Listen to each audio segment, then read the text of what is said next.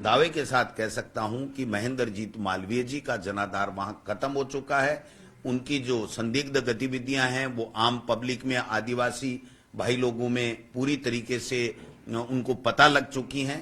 इसलिए आने वाले समय में वो ना एमपी बन पाएंगे, न एमएलए बन पाएंगे, न जिला प्रमुख बन पाएंगे। ऐसे लोगों के जाने से पार्टी के ऊपर कोई प्रभाव नहीं पड़ेगा, पार्टी और ज्यादा मजबूत होगी। इन्होंने कहा था कि कांग्रेस पार्टी मेरी मां है, मैं कांग्रेस पार्टी के साथ कभी गद्दारी नहीं करूंगा, लेकिन मैं समझता हूं कि अपने अस्तित्व को बचाने की कुचेष्टा में इन्होंने एक जो ये आज भारतीय जनता पार्टी की ज्वाइनिंग का काम किया है। देश का प्रधानमंत्री राष्ट्र के लिए नहीं करे तो किसके लिए करेगा? और आप और हम भी सब राष्ट्र के लिए ही कर रहे हैं भाई साहब। महेंद्रजीत मालवीय जी ने आज भारतीय जनता पार्टी ज्वाइन की। उनके बारे में मैं कहना चाहता हूं सबसे पहले तो कि ऐसे लोगों के जाने से पार्टी के ऊपर कोई प्रभाव नहीं पड़ेगा, पार्टी और ज्यादा मजबूत होगी। और पार्टी मजबूत होने की वजह यह है कि पिछली दफा जब विधानसभा के चुनाव थे तो महेंद्रजीत मालवीय जी जीते थे, बाकी के सारे लोग वहां से उस जिले में हारे थे। जब हम लोग 21 आए थे तब भी इनकी शिकायतें हुई थी कि इन्होंने दूसरे लोगों को हराया। फिर इन्होंने स्पष्टीकरण देकर के आश्वस्त किया था कि मैं भविष्य में इस तरह की बात नहीं करूंगा। अब की बार भी इन्होंने स्वयं के अलावा सबको हराने के लिए काम किया वहां अपने जिले में और अपने संसदीय क्षेत्र में। लेकिन नीनामा जी, रमीला खड़िया जी, हमारे गोगरा जी और अर्जुन बामनिया जी वो चुनाव जीत करके आ गए। और चुनाव जीतने के बाद में इनका धरातल बिल्कुल खिसक गया, इनका जनाधार खिसक गया।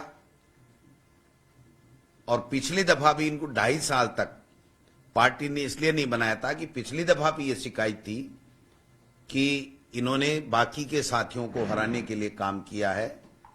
ऐसे में 2 साल बाद में इन्होंने पार्टी आलाकमान के पास जाकर के माफी मांगी थी कि मैंने ऐसा काम नहीं किया और फिर भी अगर पार्टी महसूस करती है तो मैं भविष्य में इस प्रकार की कोई गतिविधि नहीं करूंगा जिससे पार्टी को नुकसान हो। तब जाकर के 2.5 साल बाद में इनको मंत्री बनाया था। तो इनका आचरण काफी वर्षों से संदिग्ध रहा है, लेकिन फिर भी पार्टी ने यह सोच करके कि आदिवासी नेता है और कांग्रेस की पार्टी की रीति नीति में विश्वास करके और काम कर रहा है तो इसको माफी देते हुए मौके देते रहे।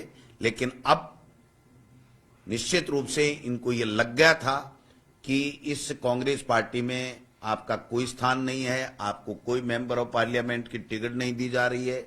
भविष्य में अपनी राजनीतिक जो उनकी विरासत है उसको समाप्त समझ रहे थे कांग्रेस पार्टी में, इसलिए उन्होंने भारतीय जनता पार्टी का दामन थामा है।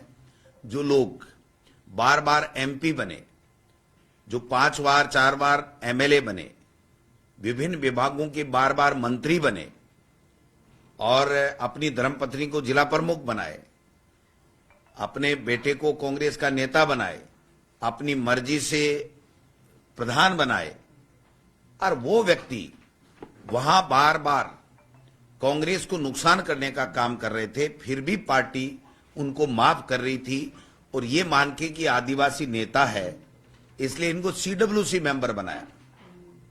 और सीडब्ल्यूसी मेंबर बनाया तब भी इन्होंने कहा था कि कांग्रेस पार्टी मेरी मां है, मैं कांग्रेस पार्टी के साथ कभी गद्दारी नहीं करूंगा।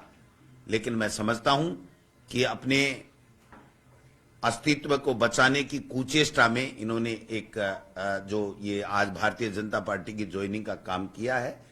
और जब ज्वाइनिंग की समय ये कहना कि कांग्रेस पार्टी राम मंदिर में नहीं गई, उसका विरोध किया, कांग्रेस पार्टी ने कभी राम मंदिर का विरोध नहीं किया। कांग्रेस पार्टी एक ऐसी पार्टी है जिसके नेता आदरणीय राजीव गांधी जी ने सुप्रीम कोर्ट से में देकर के सबसे सहमति बनवाई थी और सुप्रीम कोर्ट के आदेश से ये राम मंदिर बना है।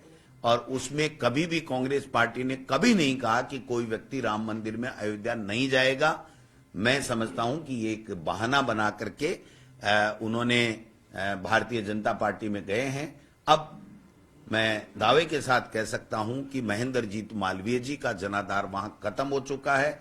उनकी जो संदिग्ध गतिविधियां हैं वो आम पब्लिक में, आदिवासी भाई लोगों में पूरी तरीके से उनको पता लग चुकी हैं।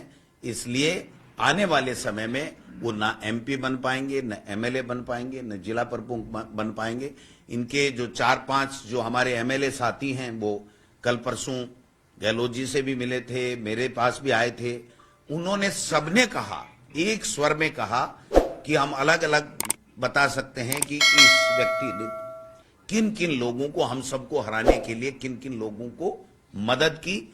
मैं समझता हूं कि ऐसे आचरण के व्यक्ति के जाने से पार्टी को कोई नुकसान नहीं है, पार्टी और मजबूत होगी, नई लीडरशिप डेवलप होगी और हम लोग चुनाव कांग्रेस पार्टी जीतेगी। ये तो अगर भारतीय जनता पार्टी जैसे कहती है कि हम पिछले 5 सालों के कार्यकालों की जांच कराएंगे, अगर इनकी भी कराती है तो हम समझेंगे कि भारतीय जनता पार्टी की कथनी और करनी एक है।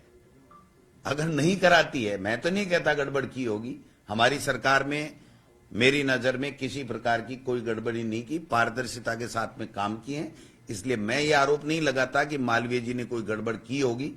बट मैं भारतीय जनता पार्टी को ये जरूर कहना चाहता हूं कि क्या आपके विपक्ष में जब रहते हैं तो सब चोर होते हैं, और ऐसी कौन सी वॉशिंग मशीन है कि आपके पास जाते ही सारे दूध के दूल्हे और एकदम ईमानदार हो जाते हैं?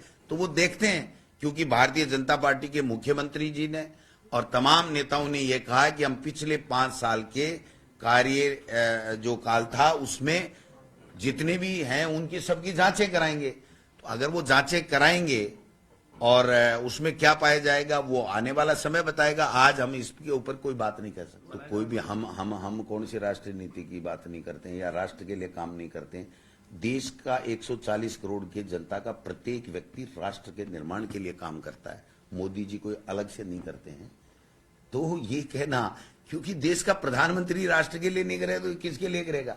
और आप और हम भी सब राष्ट्र के लिए ही कर रहे हैं भाई साहब। राष्ट्र सबसे आगे है, राष्ट्र के बाद में ही सब चीजें, राजनीति सब चीजें आती हैं। इसलिए इसमें कोई नई बात नहीं है। ये तो 140 करोड़ लोग सब राष्ट्र के लिए काम करते हैं। मुख्यमंत्री जी ने बनते ही ये कहा था कि अब आज के बाद में कोई पेपर लीक नहीं होगा। तो 2 पेपर लीक, एक तो शेखावाटी यूनिवर्सिटी में था एकेडमिक उसका ग्रेजुएशन का या पीजी का, और एक एनसीसी का अलवर के अंदर पेपर लीक हुआ है।